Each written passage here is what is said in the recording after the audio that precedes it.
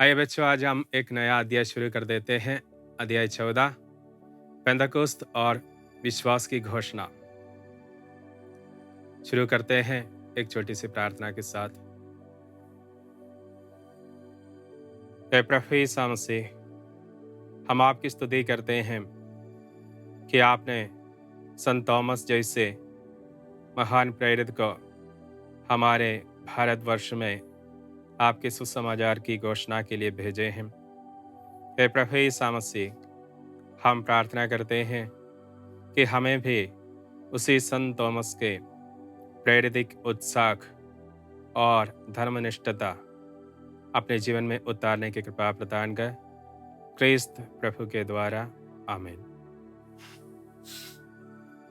जैसे कि हमने बताया कि पेंतकुस्त और पेंतकुस्त के तुरंत बाद से प्रभु यीशु मसीह का जो कार्य है उसको किस प्रकार प्रभु के शिष्यों ने जारी रखा है। प्रभु यीशु मसीह के शिष्य यहूदियों के भय के कारण एक ही छत के नीचे एकत्रित थे और वे लोग प्रार्थना में दिन बिताते थे। और प्रभु यीशु मसीह के स्वर्गारोहण के बाद 10 दिन बाद पवित्र आत्मा उन पर उतरा और वे लोग पवित्र आत्मा से परिपूरित हो गए। और उसके बाद उनके जीवन में किस प्रकार ईश्वर के वचन के प्रति हिम्मत बढ़ गया, इसका हम इस अध्याय में पढ़ते हैं। जैसे कि प्रभु यीशु मसीह के शिष्यों के ऊपर पवित्र आत्मा आ गया तो वे लोग भिन्न भिन्न भाषाओं में ईश्वर का वचन सुनाने लगे। वहां पर कई सारे यहूदी मौजूद थे। दूर दूर से आए हुए यहूदी लोग अपनी अपनी भाषा में, अपनी अपनी बोली में प्रभु ईश्वर का वचन शिष्यों के मुख से सुन रहे थे। तो पेत्रुस ने वहां खड़े होते हुए उनको बताते हैं, प्रभु ये कहता है, मैं अंतिम दिनों सब शरीरधारियों पर अपना आत्मा उतारूंगा। तुम्हारे पुत्र और पुत्रियां भविष्यवाणी करेंगे, तुम्हारे नवक युवकों को दिव्य दर्शन होंगे और तुम्हारे बड़े बूढ़े स्वप्न देखेंगे। मैं उन दिनों अपने दास दासियों पर अपना आत्मा उतारूंगा और वे भविष्यवाणी करेंगे। प्रेरित चरित्र ग्रंथ में से अध्याय 2 पद संख्या 14 से 21 तक। यद्यपि यह प्रेरित चरित्र ग्रंथ से लिया गया था, लेकिन नबी योएल का ग्रंथ का एक पाठ है। इसमें से ये साफ है कि पवित्र आत्मा के आगमन के बाद किस प्रकार का परिवर्तन लोगों में होना है।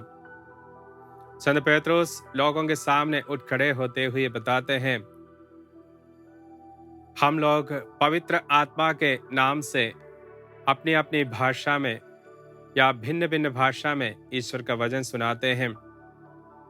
हम मदिरा पीकर मतवाला नहीं बने हैं। हम ईश्वर की आत्मा से प्रेरित होकर सुसमाचार की घोषणा करते हैं। और वे लोग वहां पर मौजूद होते हुए शिष्यों से पूछा कि हमें क्या करना चाहिए।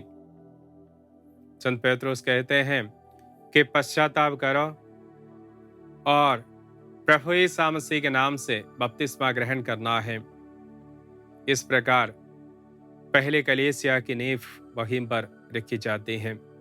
पवित्र आत्मा की प्रेरणा से दुनिया के कोने कोने में सुसमाचार फैलाने के लिए जितने भी शिष्य निकल पड़े हैं, उसमें से एक संत थॉमस, जो कि भारतवर्ष में यहाँ पहुंचकर सन 52 ईस्वी में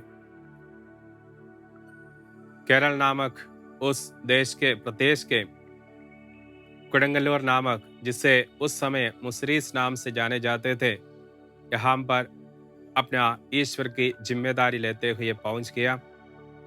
और उस थॉमस ने अपने जीवन काल में प्रभु यीशु मसीह का वचन को यहाँ के लोगों को सुनाया। उसके बाद उन्होंने हमारे इस प्रदेश में 7 कलीसियाओं की स्थापना की। ये कलीसिया 7 तो जरूर है, लेकिन वहाँ पर कोई निर्माण कार्य का नहीं, कोई मकान बनाने का नहीं, बल्कि 7 कलीसिया 7 समूहों का गठन किया था। ये कलीसिया है निरणम, कोल्लम, निलकल, कोकमंगलम, कोटकाव, कोडंगल्लूर और पालयूर। दूसरा एक गिरजा जो संत थॉमस द्वारा स्थापित कहलाता है वह तिरुवंतिकोड, जिसे आदापल्ली नाम से जाने जाते हैं। संत थॉमस के भारतवर्ष में जो भी कार्य गतिविधियां हुई हैं उसके बारे में थॉमस चरित्र नामक एक अप्रमाणित ग्रंथ से हमें जानकारी मिलती है। उन्होंने जितने भी कलीसिया की स्थापना की है, उसके बाद यहाँ पर जो कार्य किए हैं और उसके बाद किस प्रकार उनकी मृत्यु हुई है, इन सभी का वर्णन है। साथ साथ उनके समय पर जो भी कला हमारे देश में हुआ करते हैं और संत थॉमस के नाम से जाने जाने वाले ईसाइयों के बीच में है पौराणिक गीत, मार्कंगली, परिचमुट्टुगली आदि सभी गतिविधियां संत थॉमस कलीसिया के सदस्यों ने अपने जीवन में जारी रखा है। सन 72 में संत थॉमस दुश्मनों के द्वारा चिन्नमलई में घायल हुए थे और वहां से दौड़कर पेरियामलई में, और जो कि आज मइलापुर से जाने जाते हैं, वहां पर शहीद हुए हैं।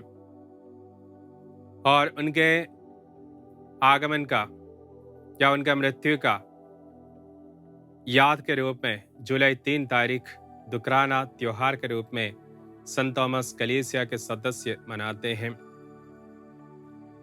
और 1972 में संत थॉमस का स्वर्गवास का 19वीं शताब्दी मनाई गई थी। उस समय संत पापा पौलुस 6वें ने संत थॉमस को भारत का प्रेरित घोषित किया था। उसके बाद कलीसिया अपने पूजन विधान में प्रेरित काल मनाए जाते हैं और प्रेरित काल के तुरंत बाद जो काल आते हैं उसको हम फलागमन काल बोलते हैं। सीरियाई शब्द में उसको कैता बोलते हैं और जिसका अर्थ है ग्रीष्म काल। इस काल में विशेष रूप से कलीसिया के शिष्यों के द्वारा जो भी गतिविधि हुई थी उसके बारे में हम मनन करते हैं, विचार करते हैं।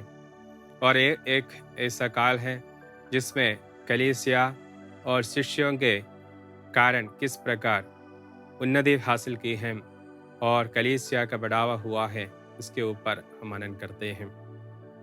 आइए बच्चों, ये जो पाठ है इसमें विशेष रूप से पेंतकुस्त और उससे उपजे हुए प्रभु ईसा मसीह के शिष्य अपनी जिम्मेदारी लेते हुए दुनिया के कोने कोने में कैसे पहुंच गया। विशेष रूप से भारत के प्रेरित माने जाने वाले संत थॉमस किस प्रकार हमारे इस देश में ईश्वर का वचन लेकर पहुंचा, इस पर हमने मनन किया और इसके ऊपर हमने अध्ययन किया है। आइए हम चलते हैं इस पाठ के कुछ सवालों का हल करने के लिए। पहला सवाल, योएल नबी की कौन सी भविष्यवाणी पेंतकुस्त के दिन पूरी हुई? नबी योएल ने कहा है, प्रभु ये कहता है, मैं अंतिम दिनों सब शरीरधारियों पर अपना आत्मा उतारूंगा। तुम्हारे पुत्र और पुत्रियां भविष्यवाणी करेंगे, तुम्हारे नव युवकों को दिव्य दर्शन होंगे और तुम्हारे बड़े बूढ़े स्वप्न देखेंगे।